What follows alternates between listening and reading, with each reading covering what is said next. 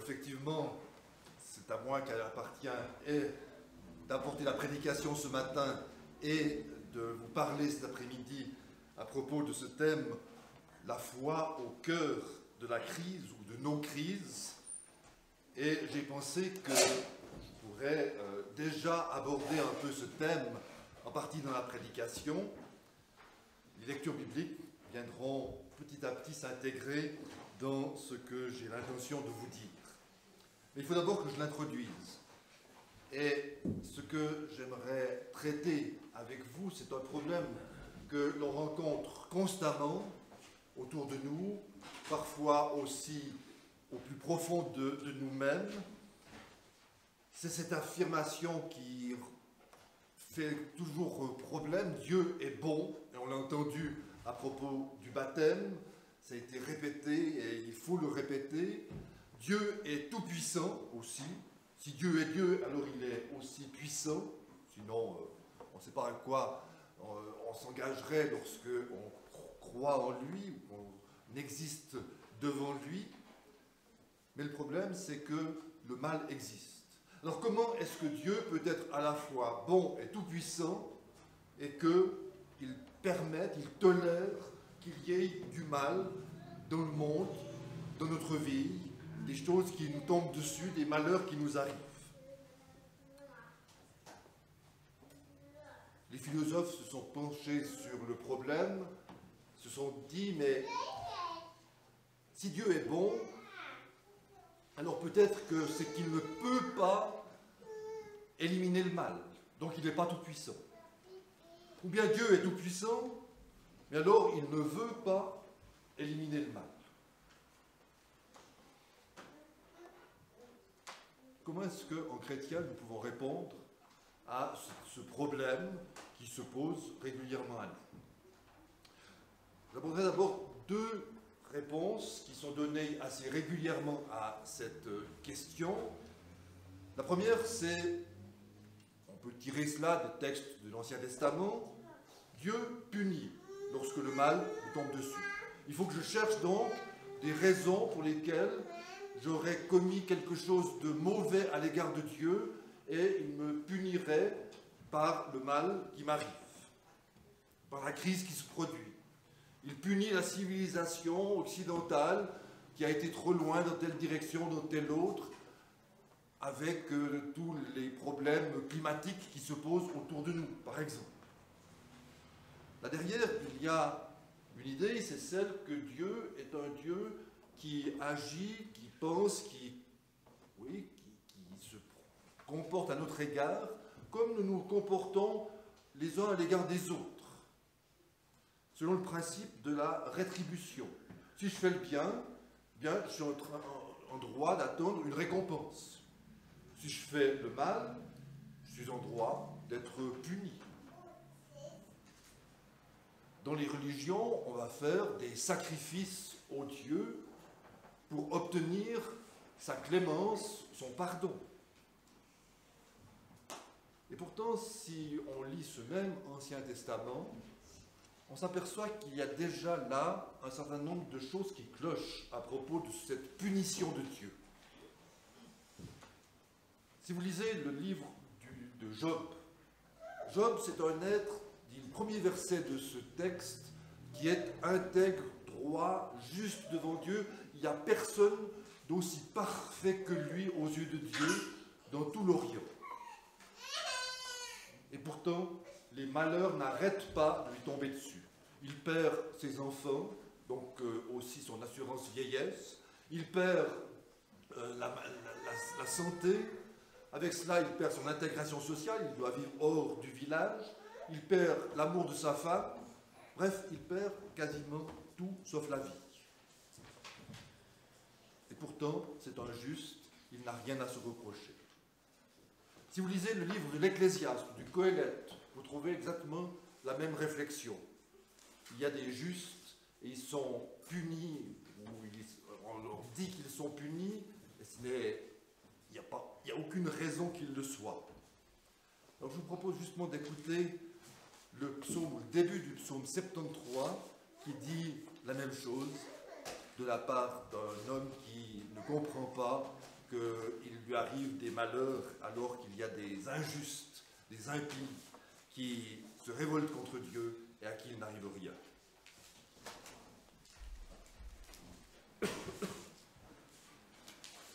Psaume 73, versets 1 à 14. Oui, Dieu est bon pour Israël, pour ceux qui ont le cœur pur. Quant à moi, pour un peu, mes pieds allaient s'écarter du chemin. Il s'en est fallu d'un rien que mes pas ne glissent, car j'étais jaloux de ceux qui sont fiers, en voyant la prospérité des méchants. Rien ne les tourmente, jusqu'à leur mort, et leur corps est replé. Ils n'ont aucune part à la peine des hommes. Ils ne sont pas frappés avec les humains. C'est pourquoi l'orgueil leur est un collier, la violence un vêtement qui les enveloppe. Ils sont luisants de graisse. Les imaginations de leur cœur dépassent la mesure. Ils raillent. Ils parlent de faire du mal et d'opprimer. Ils parlent de haut. Ils élèvent leur bouche jusqu'au ciel et leur langue se promène sur la terre. Voilà pourquoi le peuple se tourne vers eux. On boit leurs paroles et on dit « Comment Dieu saurait-il?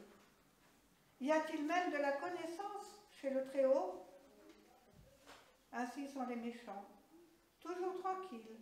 Ils accroissent leur richesse. C'est donc pour rien que j'ai purifié mon cœur, que j'ai lavé mes mains dans l'innocence. Je suis sans cesse frappé tous les matins, m'apporte mon châtiment.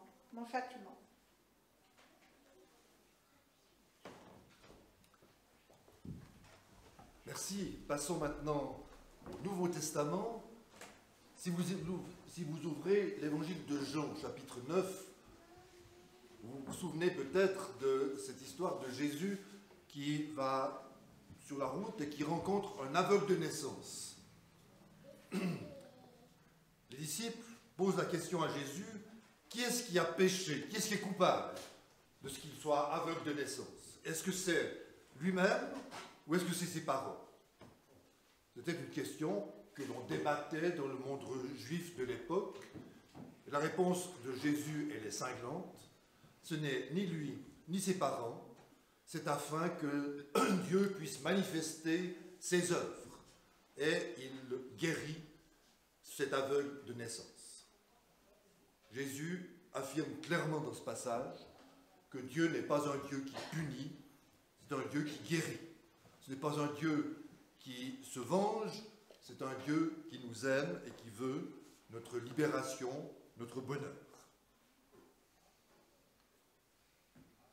L'autre réponse à laquelle j'aimerais faire allusion, beaucoup plus rapidement celle-là, c'est celle que je rencontre constamment autour de moi. Si Dieu est bon, s'il est tout-puissant et qu'il permet qu'il y ait du mal, alors il ne m'intéresse pas. Alors autant dire qu'il n'existe pas. Et c'est une bonne part de l'athéisme moderne qui est représentée par cette attitude. Ne vous en faites pas, je ne vais pas vous laisser quitter ce temple avec l'idée que soit Dieu punit, soit il n'existe pas. Il y a une troisième solution. Cette troisième solution, eh bien, je la tire d'affirmations extrêmement simples. Prenons d'abord le nom de Dieu. Qu'est-ce que c'est que avoir un Dieu? Un Dieu, c'est, on dit, le Seigneur. On dit qu'il est le roi, qu'il est le maître. Un roi, un maître, un seigneur, c'est fondamentalement quelqu'un qui est libre.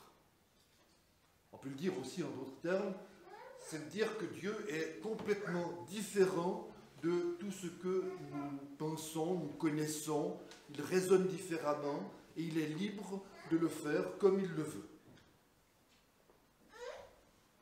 Dieu est libre d'être bon comme il le veut. Dieu est libre d'être tout-puissant comme il le veut. Lorsque le peuple, les notables du royaume d'Israël, le royaume du Nord, ont été déportés à Babylone en 722 avant Jésus-Christ, lorsque les notables du royaume de Juda, du Sud, ont été déportés à Babylone en 587 avant Jésus-Christ, ils ont trouvé que c'était une calamité, que c'était quelque chose d'horrible.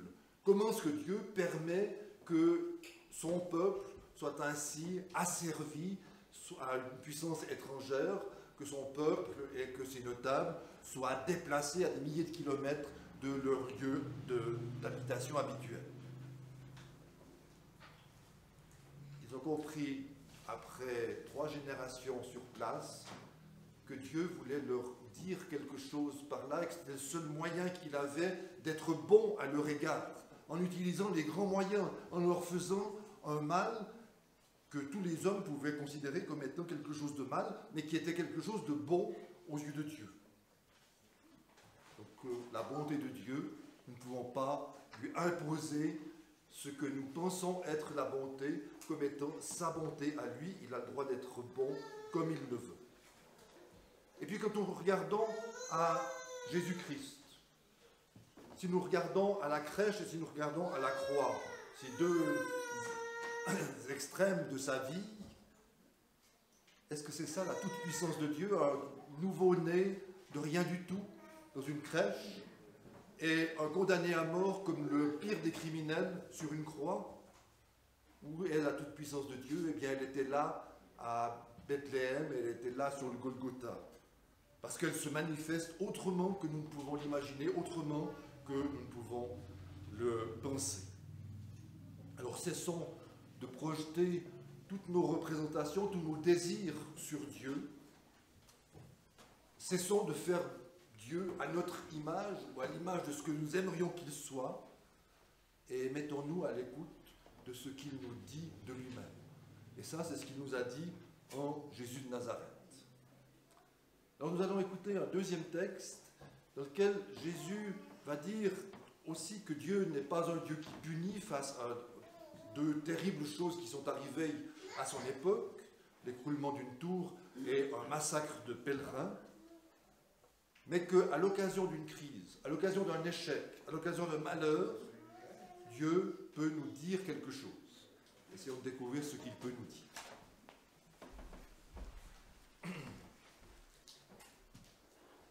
Dans Marc 6, les versets... Non, c'est Luc 13. Ah non, oui, Luc 13, pardon. Luc 13, les versets 1 à 5. En ce temps-là, quelques personnes vinrent lui raconter à Jésus, ce qui était arrivé à des Galiléens dont Pilate avait mêlé le sang à celui de leur sacrifice. Il leur répondit, « Pensez-vous que ces Galiléens aient été de plus grands pécheurs que tous les autres Galiléens parce qu'ils ont souffert de la sorte? Non, je vous le dis. Mais si vous ne changez pas radicalement, vous disparaîtrez tous de même.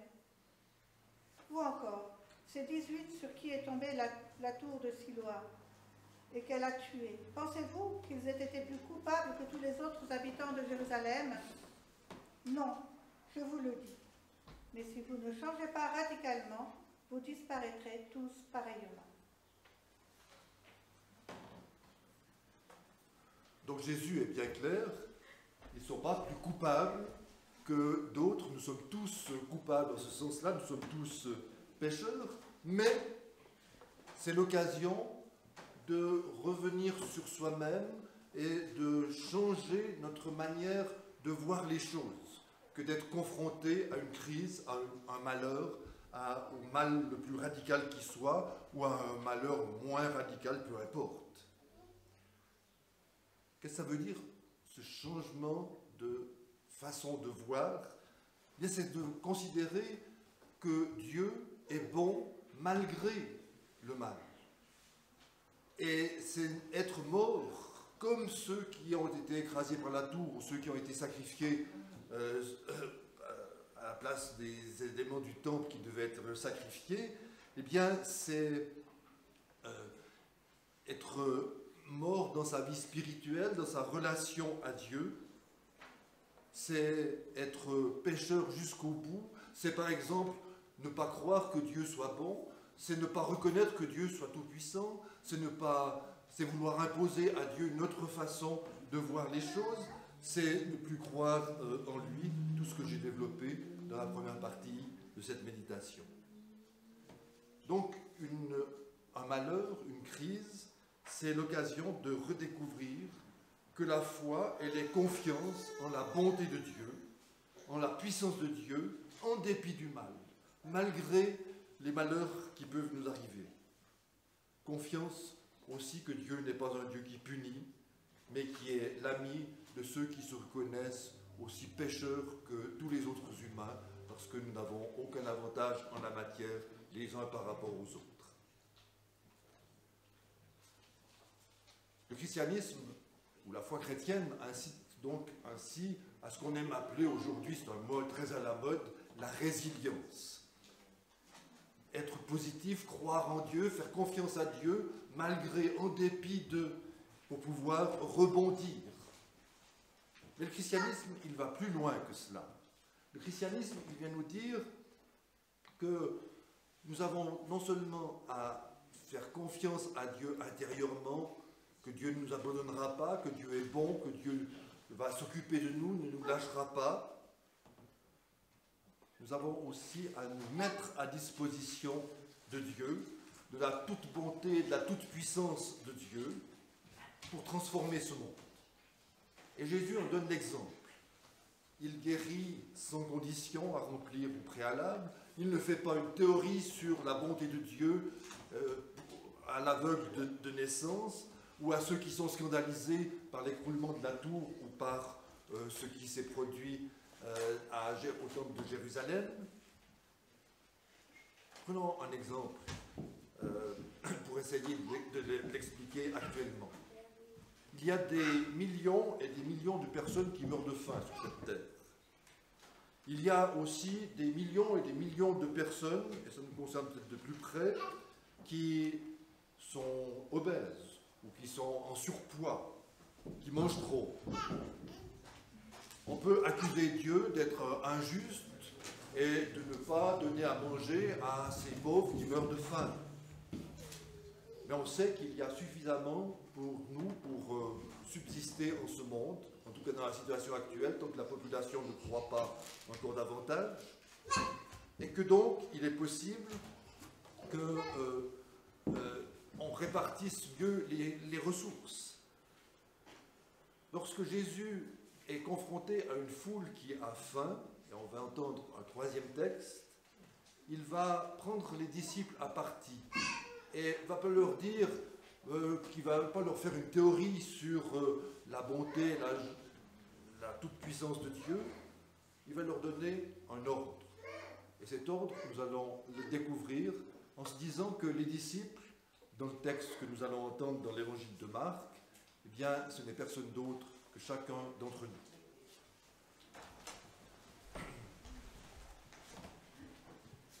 Alors cette fois c'est Marc 6, du verset 34 à 44. Quand il descendit du bateau, il vit une grande foule. Il en fut ému, parce qu'ils étaient comme des moutons qui n'ont pas de berger. Et il se mit à leur enseigner quantité de choses.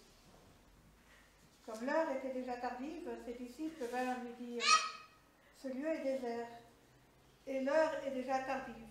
Renvoie-les pour qu'ils aillent s'acheter de quoi manger dans les hameaux et les villages des environs. » Mais il leur répondit « Donnez-leur vous-même à manger. » Ils lui disent « Irons-nous acheter 200 deniers de pain pour leur donner à manger ?»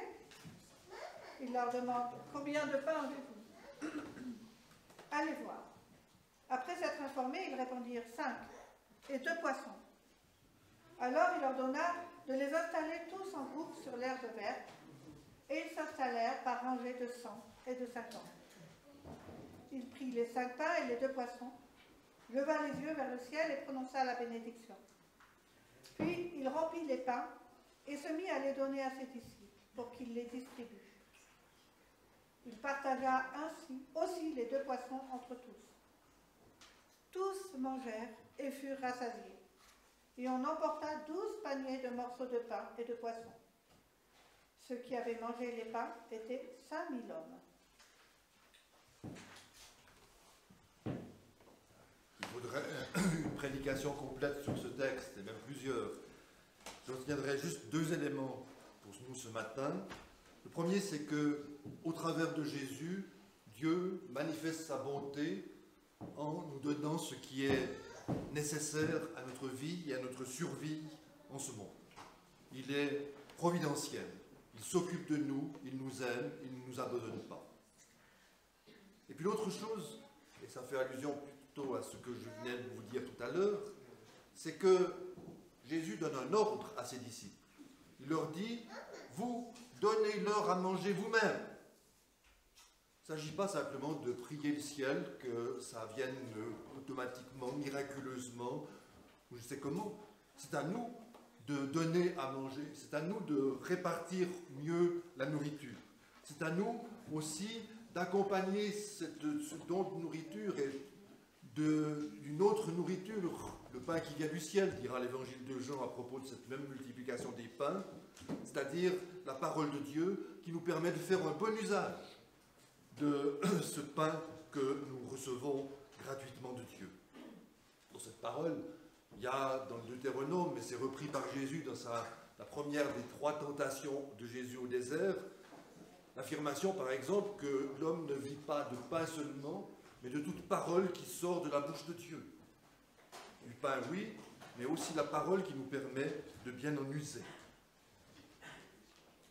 Dieu est bon, Dieu est tout-puissant, et nous avons à montrer au monde cette bonté de Dieu au travers de ce que nous sommes, de ce que nous faisons, de ce que nous disons. Nous avons à montrer au monde et à montrer à notre entourage immédiat d'abord que Dieu est puissant, que sa parole peut transformer les éléments de ce monde, les choses de ce monde, et qu'il y a en ce sens-là une espérance. En conclusion, permettez-moi de faire d'abord allusion à un terme tout à fait technique de la langue théologique. Ce que je vous ai raconté ce matin, ce que j'ai essayé de développer devant vous et avec vous, c'est ce qu'on appelle la théodicée. Un horrible mot, qui a le mot Dieu dedans, théos, c'est du grec, et puis dike, dike c'est la justice, ou le mot juste, dikaios. Et la théodicée consiste à résoudre ce problème du mal et de la bonté, de la toute-puissance de Dieu.